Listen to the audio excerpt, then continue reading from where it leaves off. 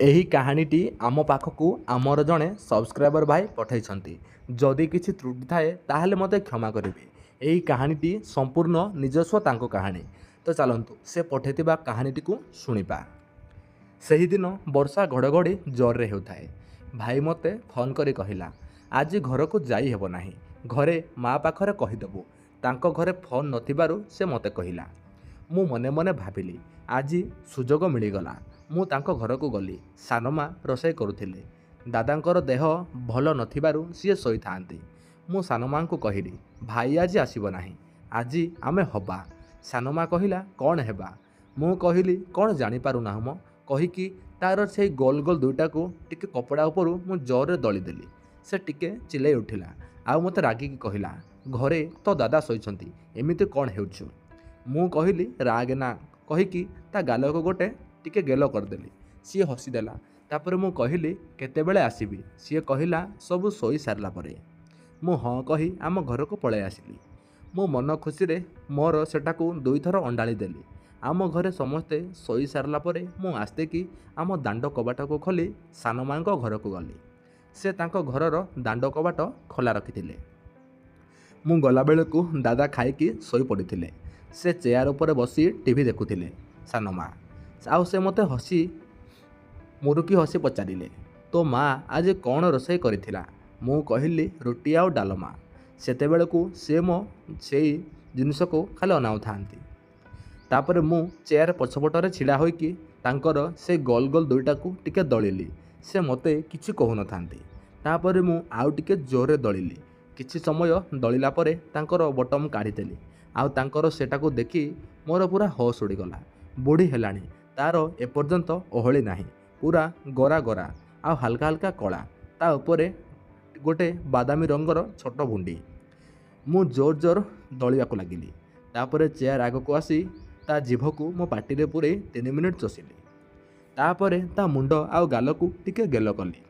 ତାପରେ ଆଣ୍ଠେଇ ତାର ସେ ଗୋଲ ଗୋଲ ଦୁଇଟାକୁ ପାଟିରେ ପୂରେଇକି ମୁଁ ଖାଇଲି। ଆଉ ଗୋଟେକୁ ହାତରେ ଧରିକି ଜୋରରେ ଦଳିଲି। ଆଉ କିଛି ସମୟ ପରେ ଗୋଟେ ହାତକୁ ନେଇ ତା କପଡ଼ା ସହ ତାର ସେଇ ଜିନିଷକୁ ଦଳିଲି। ତାପରେ ତାକୁ ପଚାରିଲି, ସାନମା, ତୋର ଏଇଠି ପାଣି ଆସିଲାଣି। ସେ କହିଲା, ତୁ ନିଜେ ମୋର ଟେକିକି ଦେଖୁନୁ, ପାଣି ଆସିଛି ନା ନାହିଁ। ମୁଁ ତା ପାଖରୁ ଏମିତି କଥା ଶୁଣି ମୋ ଦେହ ପୁରା ଶୀତେଇ ଉଠିଲା। ସାଙ୍ଗେ ସାଙ୍ଗେ ମୁଁ ତାର ସେଟାକୁ କାଢ଼ି ଦେଇ ଉପରକୁ ଉଠେଇଦେଲି। ମୋତେ ଖାଲି ସେଇଠି ଘନ ଘନ ଚୁଟି ଦିଶିଲା, ଆଉ କିଛି ଦିଶିଲା ନାହିଁ। ମୁଁ ତାକୁ ଟିକେ ଆଗକୁ ଟାଣିଦେଲି।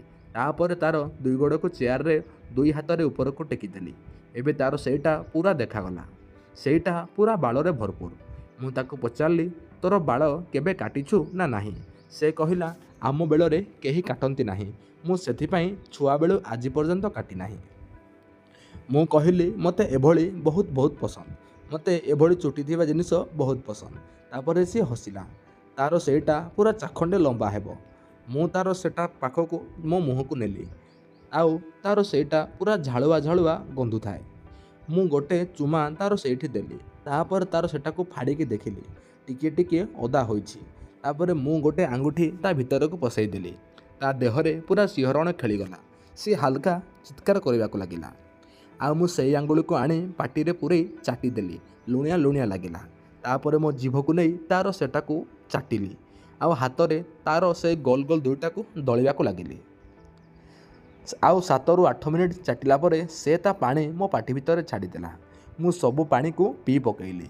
ତାପରେ ମୁଁ ମୋର ଖୋଲିଦେଲି। ସେ ମୋର ସେଟାକୁ ଧରି ତା ପାଟିରେ ପୂରେଇକି ଚାଟିଲା। କିଛି ସମୟ ଚାଟିଲା ପରେ ସେ ଚେୟାରରୁ ଉଠି ପଡ଼ିଲା। ଆଉ ସପ ଆଉ ତକିଆ ଆଣିକି ତଳେ ପକାଇଲା। ତାପରେ ମୁଁ ତା ଶାଢ଼ୀ, ସାୟା ଆଉ ସବୁ ଖୋଲି ଦେଇକି ତାକୁ ପୁରା ମୁକ୍ତ କରିଦେଲି। ତାପରେ ତାକୁ ଛିଡ଼ା କରିକି କିଛି ସମୟ ଟିକେ ଗେଲ କରିକି ଧରିଲି। ତାପରେ ତାର ପଛକୁ ଟିକେ ଦଳିବାକୁ ଲାଗିଲି। ତାପରେ ତା ପଛ କଣାକୁ ଟିକେ ମେଲା କରିକି ତାର ସେଇ ପଛ କଣାକୁ ଟିକେ ଚାଟିବାକୁ ଲାଗିଲି। ତାପରେ ତାକୁ ମୁଁ ତଳେ ଶୁଆଇଦେଲି। ଆଉ ତାର ସେଇ ବାଳୁଆ ଜିନିଷରେ ମୋର ନେଇକି 5 ମିନିଟ୍ ଖଣ୍ଡେ ଘଷିଲି। ସେ ଗରମରେ ଖାଲି ଚିଲେଇ ଉଠୁଥାଏ। ତାପରେ ମୁଁ ମୋର ତା ଭିତରେ ଗୋଟେ ଝଟକାରେ ପୁରା ଭର୍ତ୍ତି କରିଦେଲି। ତାପରେ ମୋର ଭିତର ବାହାର କରି ତା ସହିତ ମଜା କରି ଚାଲିଲି।